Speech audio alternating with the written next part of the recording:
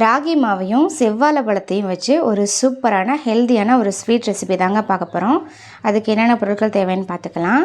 1 cup அளவு ராகி மாவு எடுத்திருக்கேன். நான் இந்த கப்பில் தான் மெஷர் பண்ணியிருக்கேன். நீங்கள் எந்த கப்பில் மெஷர் பண்ணுறீங்களோ எல்லா இன்க்ரீடியண்ட்டும் அதே கப்பில் மெஷர் பண்ணிக்கோங்க. 1 கப் அளவு ராகி மாவுனா 1 கப் அளவு நாட்டு சர்க்கரை எடுத்துக்கோங்க.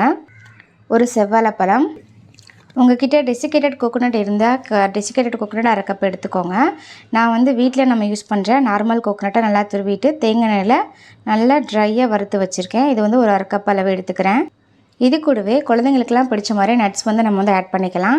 நான் கொஞ்சம் போல் முந்திரி இதையும் தட்டி எடுத்து வச்சுருக்கேன். பாதாம் இதையும் தட்டி எடுத்து வச்சுருக்கேன். கொஞ்சமாக பிஸ்தா இதையும் தட்டி எடுத்து வச்சுருக்கேன். 4 ஏலக்காய் இதையும் தட்டி எடுத்து வச்சுருக்கேன். இப்போ இது எல்லாமே ஒரு ஓரமாக வச்சுக்கலாம். பேனில் 1 ஸ்பூன் அளவு நெய் ஆட் பண்ணிக்கலாம். நெய் நல்லா சூடானதுக்கப்புறம் நம்ம எடுத்து வச்சுருந்த செவ்வாழை பழத்தை எந்தளவு பொடியை நறுக்க முடியுமோ அந்தளவு பொடியை நறுக்கி இந்த நெய்யில் ஆட் பண்ணிக்கலாம். அடுப்பை மீடியம் ஃப்ளேம்லேயும் லோ ஃப்ளேம்லேயும் அட்ஜஸ்ட் பண்ணி வச்சுட்டு இந்த வாழைப்பழத்தை நல்லா வறுத்துக்கணுங்க. நல்லா கொஞ்சம் கலர் சேஞ்ச் ஆகி வர்ற அளவு வறுத்துக்கணும். அதே மாதிரி இந்த ரெசிபி செவ்வாழை பழத்தில் தான் பண்ணணுன்ட்டு இல்லை. உங்கள்கிட்ட நேந்திரம் பழம் இல்லை வேறு எந்த வாழைப்பழம் இருந்தாலுமே அந்த வாழைப்பழத்தை யூஸ் பண்ணி இந்த ரெசிபி நீங்கள் பண்ணலாம். பாருங்கள், லைட்டாக கலர் சேஞ்ச் ஆகி வந்திருக்கு. இப்போது இந்த ஸ்டேஜில் அடுப்பை கம்ப்ளீட்டாக லோ ஃப்ளேமில் வச்சுக்கோங்க. அதுக்கப்புறம் நம்ம எடுத்து வச்சுருந்து பார்த்தீங்களா இந்த கோகோனட் இதை ஆட் பண்ணிக்கலாம். வறுத்த தேங்காயை சேர்த்ததுக்கப்புறம் அடுப்பு லோ ஃப்ளேமில் இருக்கட்டும். இது 1 நிமிஷம் மட்டும் நல்லா கிளறி விட்டுக்கலாம். இப்போ இதுலேயே 1 கப் அளவு நாட்டு சர்க்கரை சேர்த்துக்கலாம். நீங்கள் நாட்டு சர்க்கரைக்கு பதிலாக வெல்லத்தை கூட பாகு காய்ச்சி இதில் ஆட் பண்ணிக்கலாம். 1 கப் அளவு நாட்டு சர்க்கரைக்கு 1 கப் அளவு தண்ணி ஆட் பண்ணிக்கலாம். தண்ணி ஆட் பண்ணதுக்கப்புறம் இதை நல்லா கிளறி விட்டுக்கலாம். அடுப்பு இப்போ லோ ஃப்ளேம்லேயே தாங்க இருக்குது. நிமிஷம் மட்டும் இதை நல்லா கிளறி விட்டுட்டு அதுக்கப்புறம் நம்ம எடுத்து வச்சுருந்த நட்ஸையும் ஏலக்காவையும் இதில் சேர்த்துக்கலாம். சேர்த்துட்டு இதையே ஒரு நிமிஷம் நல்லா கிளறி விட்டுக்கலாம். ஒரு பிஞ்ச் அளவு சால்ட்டு சேர்த்துக்கலாம். இது எதுக்குன்னா நம்ம ஆட் பண்ணியிருக்க சுகரோட லெவலை இன்க்ரீஸ் பண்ணி கொடுக்கணும் அப்படிங்கிறதுக்காக. நட்ஸ் ஆப்ஷனல் தான். நட்ஸ் சேர்க்கும்போது இது சாப்பிட்றதுக்கு நல்லா டேஸ்டியாக இருக்குங்க.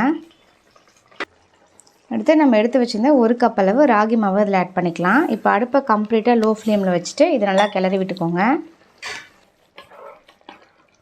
கட்டிகள் எதுவும் விழாமல் நல்லா கிளறி விட்டுக்கலாம்.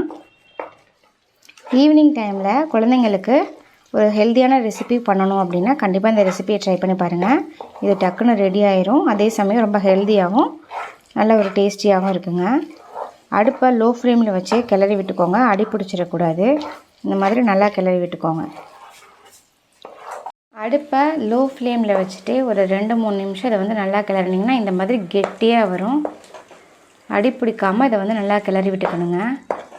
நம்ம ஆட் பண்ண அந்த நெய்யும் அதே மாதிரி தேங்காவையும் நம்ம தேங்காய் எண்ணெயில் வறுத்துருப்போம். ஸோ அதுலேயும் கொஞ்சம் ஆயில் இருக்கும் பாருங்கள். அது எல்லாமே சேர்ந்து பேனில் ஒட்டாமல் நல்லா திரண்டு வந்திருக்கு.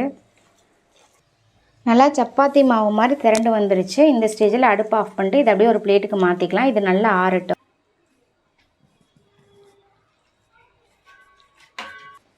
இப்போ இது நல்லா ஆறினதுக்கப்புறம் லைட்டாக பிசைஞ்சிட்டு நம்ம இட்லி சட்டியில் போட்டு இதை பாயில் பண்ணணும். பாருங்கள், இது நல்லாவே ஆறிடுச்சு. இப்போ கையில் கொஞ்சமாக நெய் அப்ளை பண்ணிக்கலாம். கையில் கொஞ்சமாக நெய் அப்ளை பண்ணிவிட்டு நல்லா பிசைஞ்சு விட்டுக்கலாம்.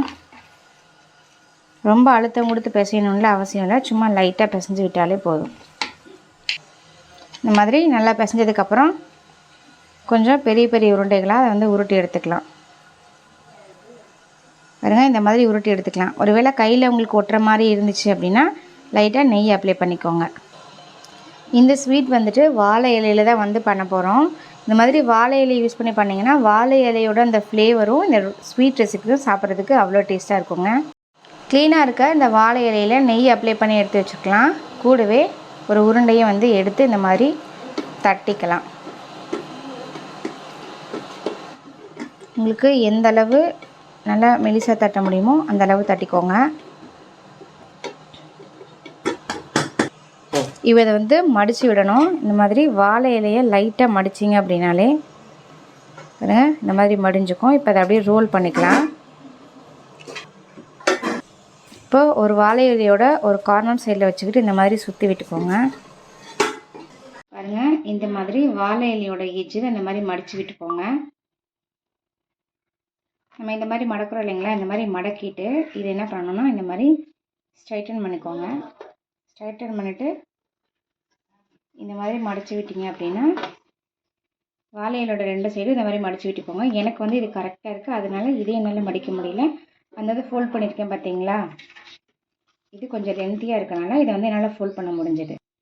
இந்த மாதிரி வாழை இலையில் இந்த ஸ்வீட் ரெசிபியை பண்ணும்போது அந்த வாழை இலையோட ஃப்ளேவர் இறங்கி இந்த ஸ்வீட்டை சாப்பிட்றதுக்கு அவ்வளோ டேஸ்டியாக இருக்குங்க. இப்போ இதே மாதிரி எல்லாத்தையும் பண்ணி எடுத்து வச்சுக்கலாம்.